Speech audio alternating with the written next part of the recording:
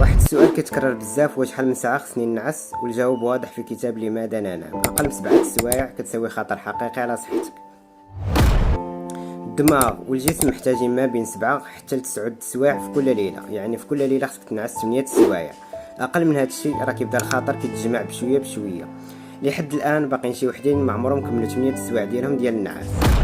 الصباح معصب دايخ، ما كتفكرش مزيان، كتنسى بزاف ولا كتغلط في القرارات البسيطه. بحال مثلا عطيتك 4 الالوان وقلت لك خلطهم مع 4 الالوان مختلفين تقدر تتلف، اولا ما تبقاش عاقل شنو هما الالوان اللي قلت لك ديرهم مع اللون الاخر.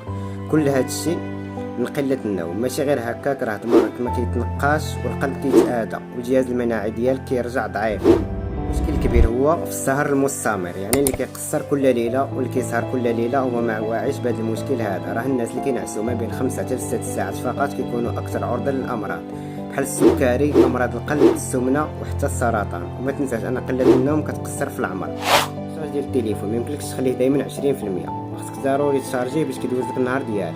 الا بقيتي كتخليه دائما في 20% في وقت الحاجه راه غادي يطفى، وهكا دايره صحتنا. افضل وقت باش تنعس هو وسط الليل ما بين 10 و 11 ديال الليل. وعلاش؟ حيت الجسم كيدخل في دورات طبيعيه ديال النوم، وكل دوره كتخدم مزيان. والا نعستي في التوقيت الصحيح